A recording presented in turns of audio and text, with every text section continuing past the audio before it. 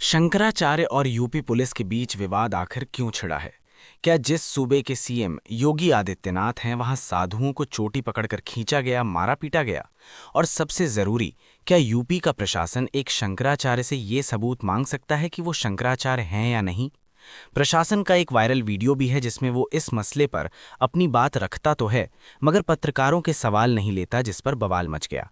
सब बताएंगे, समझाएंगे। नमस्ते, मेरा नाम है सौरभ त्रिपाठी और आप देख रहे हैं न्यूज़ पिंक। सबसे पहले जानिए विवाद। उत्तर प्रदेश के प्रयागराज में चल रहा है माघ मेला। 18 जनवरी 2024 को मौनी अमावस्या का स्नान था। ज्योतिष पीठ के शंकराचार्य स्वामी अभिमुक्तेश्वरानंद सरस्वती अपने लगभग 200 शिष्यों के साथ शाही स्नान के लिए संगम यानी त्रिवेणी की ओर जा रहे थे। वे परंपरा अनुसार एक पालकी पर सवार थे। इस बीच एंट्री हुई पुलिस प्रशासन की। शंकराचार्य को संगम से कुछ दूर पहले रोक दिया गया। अधिकारियों ने तर्क दिया कि भीड़ बहुत ज्यादा है और सुरक्षा कारणों से वहां पालकी या वाहन ले जाने की अनुमति नहीं दी जा सकती। शंकराचार्य से कहा गया कि वे पालकी छोड़ पैदल आगे बढ़ें या कम लोगों के साथ जाएं। शंकराचार्य ने ये बात मानने से इनकार कर दिया।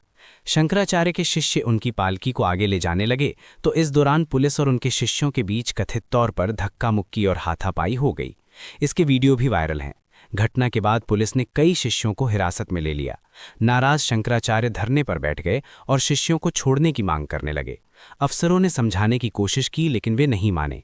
करीब 2 घंटे तक तनाव की स्थिति बनी रही।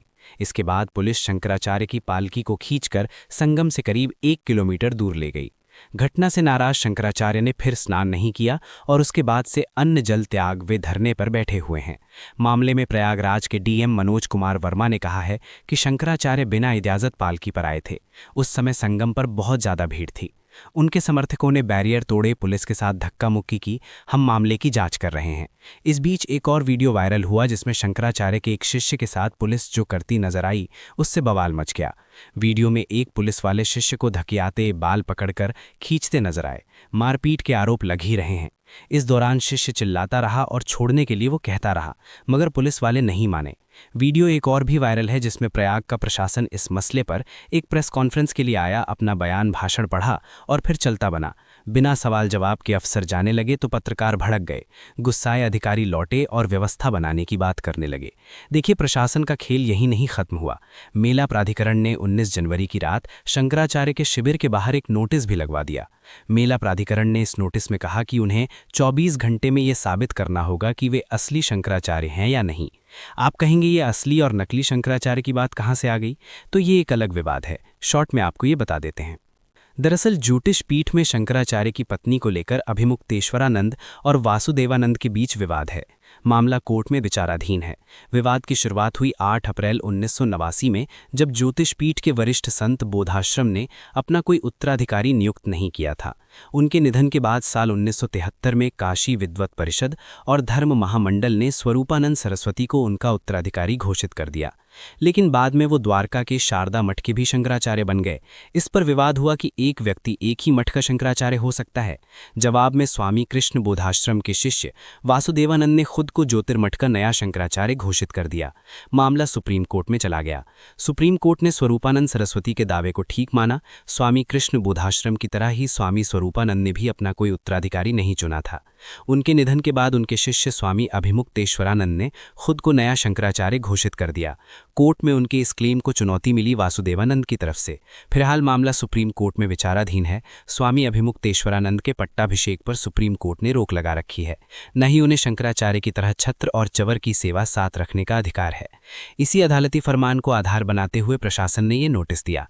ये भी कह दिया नोटिस में कि इस केस के बावजूद माघ मेले के दौरान अभिमुक्तेश्वरानंद ने अपने शिविर में लगे बोर्ड पर खुद को ज्योतिष पीठ का शंकराचार्य लिखा हुआ है। इस कृत्य से सुप्रीम कोर्ट के आदेश की अवहेलना हुई है। लेकिन जानकार कह रहे हैं कि जो प्रशासन अब शंकराचार्य से सबूत मांग रहा है वो महाकुंभ के वक्त कहाँ था। खैर, इस नोटिस विवाद पर शंकराचार्य अभिमुक्तेश्वरानंद का भी जवाब आया है।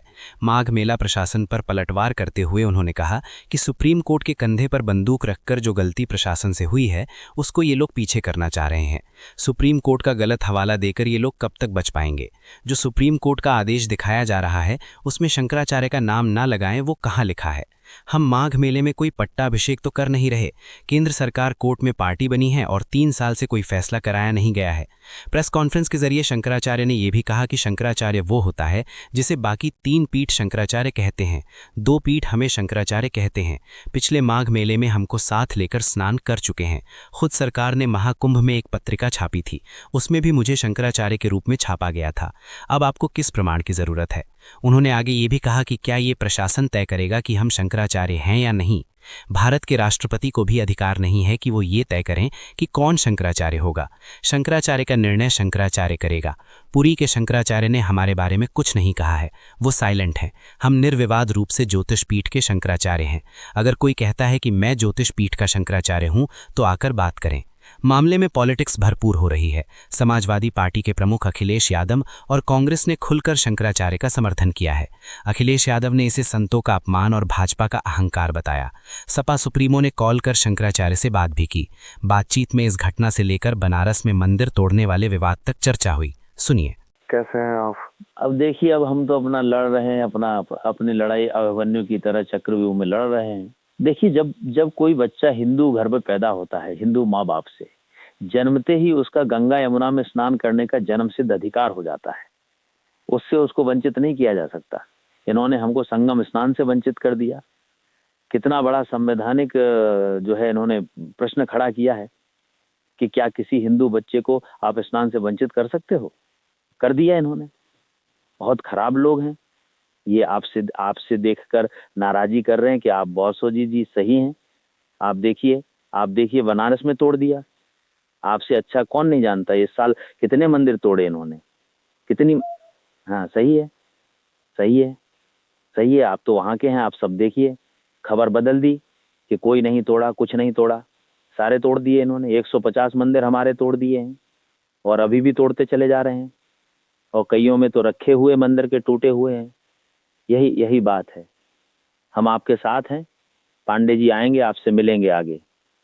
ठीक है जी, ठीक है। हालांकि इन्हीं अखिलेश यादव की सरकार में एक बार इन्हीं शंकराचार्य पर लाठियां चल चुकी हैं। बात 2015 की है, पर इस मामले में शंकराचार्य उनको माफ कर चुके हैं। उन्होंने फिर कहा कि 2015 में मुझे लाठी पड़ी थी, लेकिन अखिलेश यादव ने आकर मुझसे क्षमा याचना मांगी थी। उन्होंने कहा था कि मेरे अधिकारियों से गलती हो गई है। इस पर मैंने उनको माफ कर दिया था। हालांकि एक मुद्दे को लेकर शंकराचार्य ने अखिलेश यादव को घेरा भी। बोले, अखिलेश यादव ने मुझे कॉल किया था, कहा था कि वो मेरे साथ हैं। मैंने कहा कि आपका राजनीति में जो मुद्दा फायदे का रहता है उसमें सपोर्ट में आते हैं। मैंने उनको बताया कि आपसे गोरक्षा के लिए बोला था, आपने 1 साल से जवाब नहीं दिया है। दूसरी तरफ हालिया मामले में यानी योगी आदित्यनाथ की सरकार में उनके साथ जो घटा, उस पर उनका कहना है कि मुझे स्नान नहीं करने दिया गया।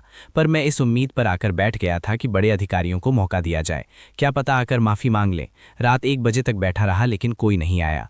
मामले में कांग्रेस यूपी अध्यक्ष अजय राय ने भी हमला बोला है। अजय राय ने तंज कसते हुए सवाल किया, क्या मोदी योगी सरकार शंकराचार्य की उपाधि देगी? प्रशासन ऐसे पेश आ रहा है जैसे संतों की पहचान वही तय करेगा। इन लोगों ने संतों को चोटी पकड़कर खींचा, थाने में पिटवाया, भगवा कपड़े फाड़े और खुद को सनातन की सरकार कहते हैं। कुल मिलाकर मामला अब यूपी की योगी आदित्यनाथ सरकार वर्सेस शंकराचार्य होता जा रहा है। नोटिस आ रहे हैं, जवाब आ रहे हैं, राजनीति हो रही है, पर विवाद थमता नजर नहीं आ रहा है। शंकराचार्य अड़े ही हैं कि जब तक प्रशासन माफी नहीं मांगेगा तब तक वे आश्रम में प्रवेश नहीं करेंगे। दूसरी तरफ सरकार ने नोटिस भेज उनसे शंकराचार्य होने का सबूत मांग लिया है। लेकिन कौन क्या साबित करता है, क्या आगे होता है, इस मसले पर हम लगातार नजर बनाए रखेंगे। आप कमेंट बॉक्स में लिखकर जरूर बताएं कि आपका इस पूरे मसले पर क्या सोचना है।